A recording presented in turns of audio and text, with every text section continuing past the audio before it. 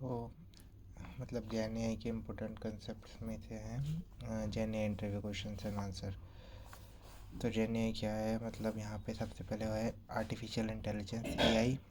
तो एआई का के अंदर आता है machine learning ML machine learning के अंदर आता है डीप लर्निंग डीएल, और डीएल डीप लर्निंग के अंदर आता है जनरेटिव एआई। तो जनरेटिव एआई के जो कंपोनेंट्स है, जनरेटिव एआई सब कंपोनेंट है डीप लर्निंग, मशीन लर्निंग और आर्टिफिशियल इंटेलिजेंस का। जनरेटिव एआई के अंदर काफ़ी सारी चीज़ें आती हैं, जैसे कि एलएलएम, एसएलएम, एलआईएम। और ये बनता कैसे है, ट्रांसफॉर्मर से जनरेटिव एआई, और उसके अंदर ये सब चीज़ें होती हैं। तो generative AI is based on LLM. किस पे बेस्ड होता है, एलएलएम पे बेस्ड होता है। एलएलएम क्या है, एलएलएम है लार्ज लैंग्वेज मॉडल। मतलब क्या है इसका, लार्ज लैंग्वेज मॉडल है, work on transformer based architecture. ये ट्रांसफॉर्मर बेस्ड आर्किटेक्चर पे वर्क करता है। अब ट्रांसफॉर्मर क्या है, transformer inside it we have encoders and decoders.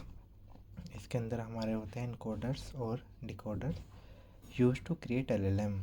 इसका यूज़ करा जाता है ये एलएलएम बनाने के लिए। तो एलएलएम लार्ज लैंग्वेज मॉडल था, ये ट्रांसफॉर्मर बेस्ड आर्किटेक्चर पे वर्क करता है। तो एलएलएम ट्रांसफॉर्मर से क्या बनता है, यूज़ करा जाता है एलएलएम बनाने के लिए।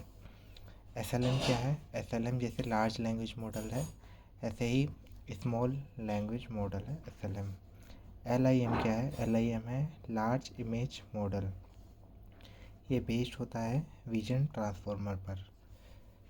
जेन एआई क्या है, जेन एआई के अंदर दो चीज़ें होती हैं, एलएलएम और एलएम।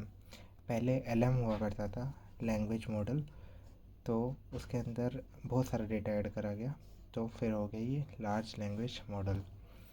एनएलपी क्या है, एनएलपी नेचुरल लैंग्वेज प्रोसेसिंग, इसके फुल फॉर्म है डीएल है हमारा डीप लर्निंग। डीप लर्निंग के कंपोनेंट्स हैं एएनएन और सीएनएन। तो ये दोनों बेसिक्स आना चाहिए अगर डीप लर्निंग पढ़ना है तो ये था कुछ कंसेप्ट, एआई क्या है, जेन एआई क्या है, एलएलएम, ट्रांसफॉर्मर और एसएलएम, जेन एआई, एनएलपी और डीप लर्निंग। तो इसका स्ट्रक्चर ये होता है कि मतलब फ्लो क्या रहना चाहिए अगर इस फील्ड में आना है। तो प्री रिक्विजिट्स पता होनी चाहिए बेसिक्स ऑफ डीप लर्निंग की, मतलब एएनएन की और सीएनएन की। उसके बाद एनएलपी पता होना चाहिए, एनएलपी ये डीप लर्निंग का बेसिक्स आने के बाद NLP natural language processing.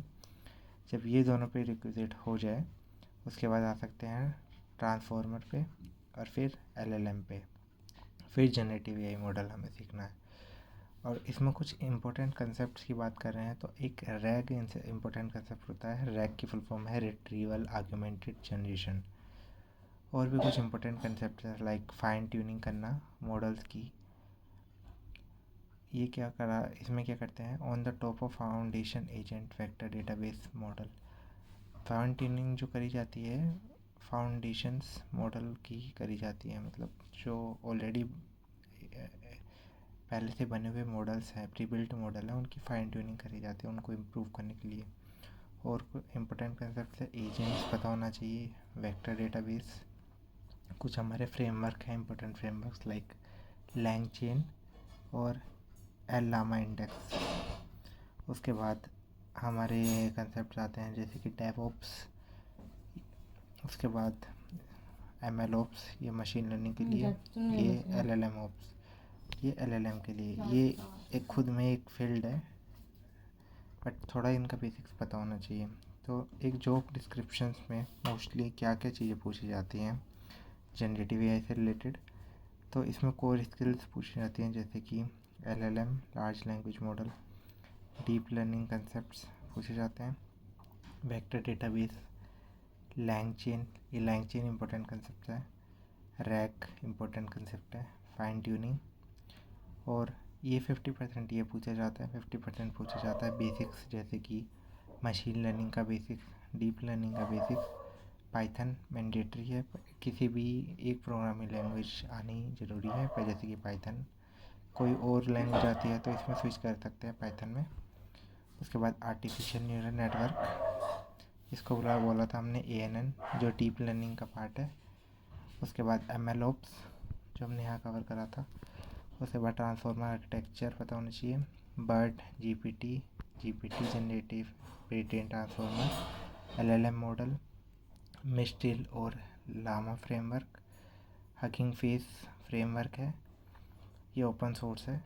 Agents पता होने चाहिए, CNN, RNN, NLP, convolutional neural network,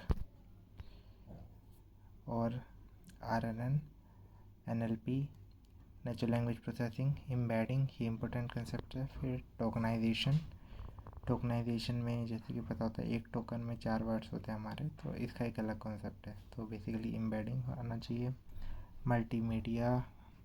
multi modal rack, ये रैक के बाद ये कंसेप्ट आता है, हाई लेवल कंसेप्ट है मल्टीमीडिया रैक। फाइन ट्यूनिंग पता होनी चाहिए। RHLF, रीइंफोर्समेंट लर्निंग होती है, जैसे कि ह्यूमन फीडबैक देते हैं using thumbs up thumbs down किसी भी प्रॉम्प्ट के रिस्पॉन्स में, तो वो RHLF पे आता है। वेक्टर डेटाबेस पता होना चाहिए, और इसमें at least 3 years of time spend करना होगा अगर ये सारी चीज़ें सीखनी है तो because this thing take time. Basics है पाइथन और data structure, this is must basics of data structure, not the too in depth में नहीं। तो ये कुछ इम्पोर्टेंट कंसेप्ट्स हैं जो इंटरव्यूज से रिलेटेड हैं जनरेटिव AI की। दैट्स इट इस वीडियो के लिए, बाकी नेक्स्ट वीडियो में